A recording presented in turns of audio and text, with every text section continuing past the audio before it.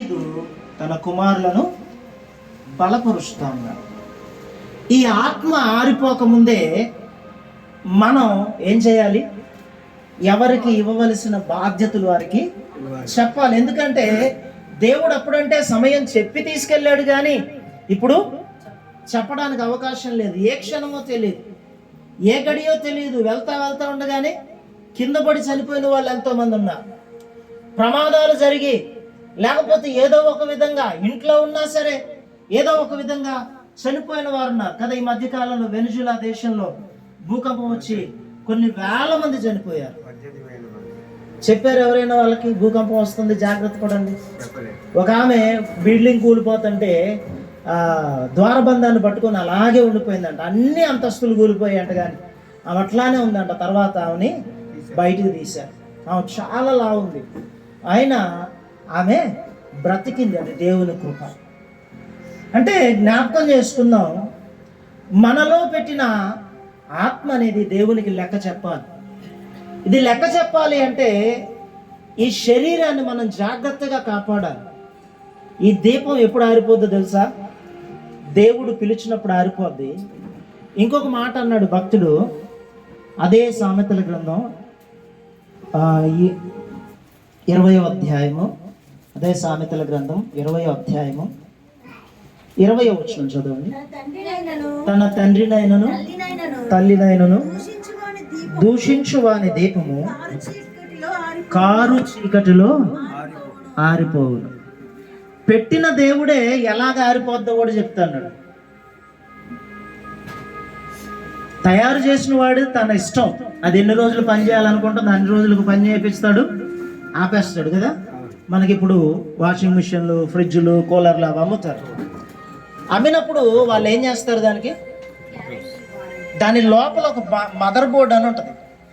ఆ మదర్ బోర్డులో అది ఎన్ని రోజులు పనిచేయాలో, మనకి ఎన్ని రోజులకు వారంటీ ఇస్తాడో దానికి ఒక 10 రోజుల ముందు తర్వాత వరకు పనిచేసేటట్టు దాని లోపల ఆ చిప్ అమరుస్తారనమాట.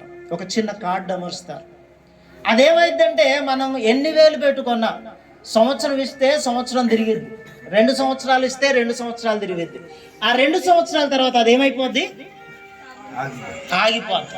కారణం ఏంటి? నువ్వు ఆపావా, నేను ఆపానా? ఎవరు ఆపారు?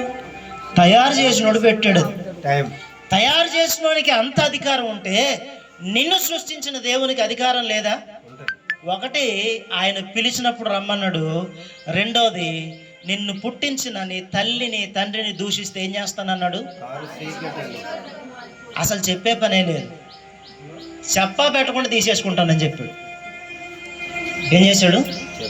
నీకు చెప్పా పెట్టకుండా తీసేసుకుంటాను. ఎందుకనంటే నిన్ను రూపించింది నేను, నీకు ఆయుష్నిచ్చింది నేను. నువ్వు నా మీద తిరగబడితే నేను సహిస్తానా?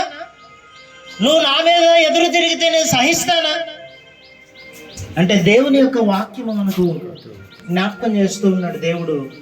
ఏంటి అంటే, నీలో పెట్టిన ఆత్మ నాది, దీపముగా నీ కన్నులకు వెలిగిస్తూ నువ్వు ప్రతిదాన్ని చూస్తున్నావు. చూసే నీవు నీ జీవితం ఎలాగుందో నీ వాక్యం ద్వారా కట్టుకో. నీ జీవితం ఎలా నడుస్తుందో నేనిచ్చిన ఈ గైడ్ బుక్ ద్వారా నీ జీవితాన్ని సరి చేసుకో. ఎందుకంటే ఇదొక నియమావళి. మనం ఎలా బ్రతకాలో మనకు కట్టడి నేర్పించింది, మనం ఎలా జీవించాలో మనకు ఒక నియమావళి ఇచ్చింది.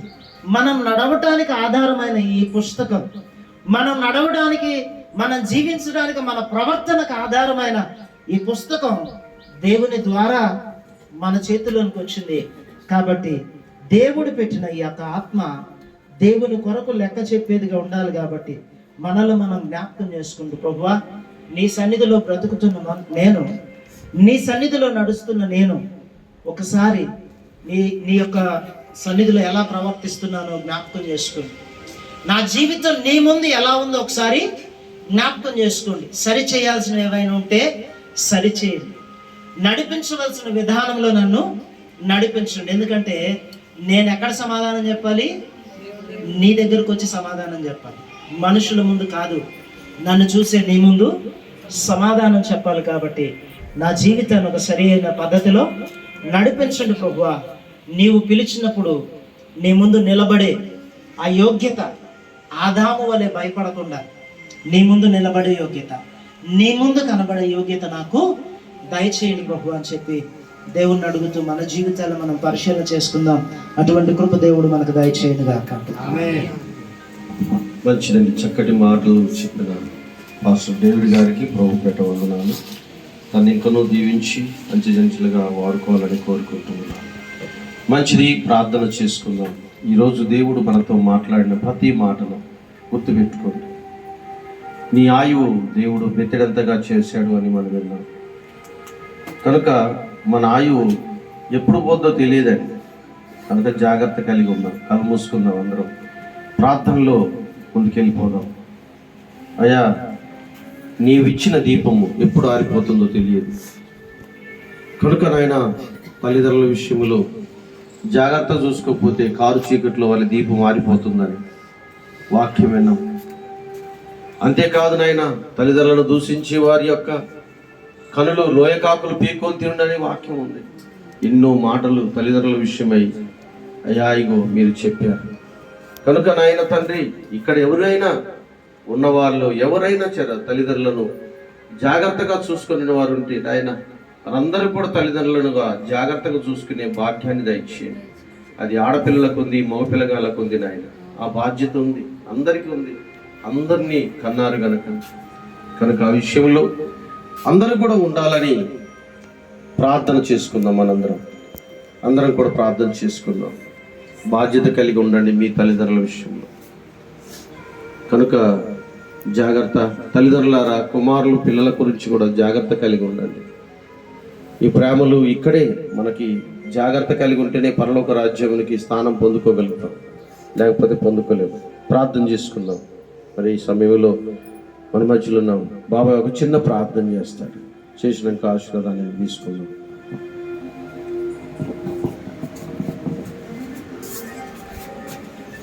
ప్రార్థన. పరిశుద్ధుడా, ప్రేమ కలిగిన మా తండ్రి, మీకే వందనాలు చెల్లిస్తున్నాం ప్రభా. మహారాజు గనుకనైనా నీకు స్తోత్రాలు చెల్లిస్తున్నాం. మహాగణుడు గనుకనైనా మీకు వందనాలు చెల్లిస్తున్నాం. ఈరోజు తండ్రి నాయన, ఈ కూడికను ప్రభా ఏర్పాటు చేసిన మరి తండ్రి శ్రీకందను బట్టి ప్రభా మీకు వందనాలు చెల్లిస్తున్నాం. ఎందుకంటే సంవత్సరము గడుస్తుంది కనుక తండ్రి విషయంలో ప్రేమ చూపించటానికి కుమారుడు నాయన ఈ కూటాన్ని ఏర్పరిచినందుకు ప్రభా మీకు స్తోత్రాలు చెల్లిస్తున్నాం. అంతేకాదు నాయన, మరి నాయన మీ దాసుడు డేవిడ్ గారిని కూడా తండ్రి మీరు జ్ఞాపకం చేసుకోండి నాయన. చక్కటి వాక్యాన్ని నాయన ఈరోజు మా తండ్రి మాకు వినిపించినందుకు ప్రభా మీకు స్తోత్రాలు చెల్లిస్తున్నాం నాయన.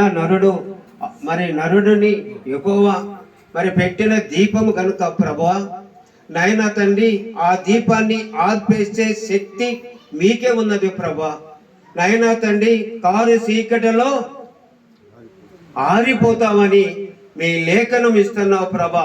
అవును నాయన, తల్లిదండ్రుల్ని ప్రేమించేలాగా, ఆదరించేలాగా, వారిని కనికరించి వారికి కావలసిన మరి భూమి మీద ఉన్నంత కాలం వరకు కూడా ప్రభా మేము వారి కన్న తల్లిని మేము చూడటానికి ప్రభా మీ కృప చూపించండి. ఎందుకంటే మరి ఏనోదు తోటలో ఉన్న ఆదాము అవ్వ విషయంలో తండ్రి మీరు మాకు తెలియజేసిన మాటలను బట్టి ప్రభా మీకు వందనాలు చెల్లిస్తున్నాం. అదే రీతిగా తండ్రి మేము కూడా భూమి మీద ఉన్నంత కాలము నాయన నీకు అనుకూలముగా మేము జీవించి నీ యందు భయభక్తులు కలిగి నాయన మేము నడుచుటకు ప్రభా మీరు మాకు సహాయం చేయండి నాయన. ఇంతే కాదు ప్రభా, మీ దాసుని తండ్రి ఇంకనో తండ్రి మీ కృపలో భద్రపరిచి ఆశ్చర్యమైన స్థలముల్లో తండ్రి నీ దాసుని మీరు వాడుకోవటానికి ప్రభా మీరు సహాయం చేయండి నాయన. మీ కొందనాలు ఈ నాయన ఈ కూటానికి వచ్చిన ప్రతి బిడ్డలు కూడా మీరు గ్రహించి మీరు ఆలోచించాలి. ఎందుకంటే తల్లిదండ్రుల్ని ప్రేమించేవారుగా మనం ఉండాలి. తల్లిదండ్రులని దూషించేవారు మనము కాకుండా తల్లిదండ్రులను ప్రేమించే వారముగా మనం ఉండటానికి ఈ మధ్యాహ్న కాల సమయంలో మనకి దేవుడు మనతో మాట్లాడిన మాటలన్నిటిని బట్టి దేవుడికి మనము కృతజ్ఞతాస్తుతులు చెల్లించాలి. ఎందుకంటే ఆయన మనం సృష్టించిన దేవుడు గనుక, ఆయనకు అధికారం ఉంటది గనుక, మనని ఏమైనా చేసే అధికారం ఆయన ఉంటది కనుక ఆయనకు మనము లోబడి ఆయన యందు భయభక్తులు కలిగి ఉండటానికి చిన్న ప్రార్థన మీ పాదాల సన్నిధిలో చేర్చుకోమని ప్రభువైన యేసుక్రీస్తు నామములో అడిగి వేడుకుంటున్నాము తండ్రి. ఆమేన్.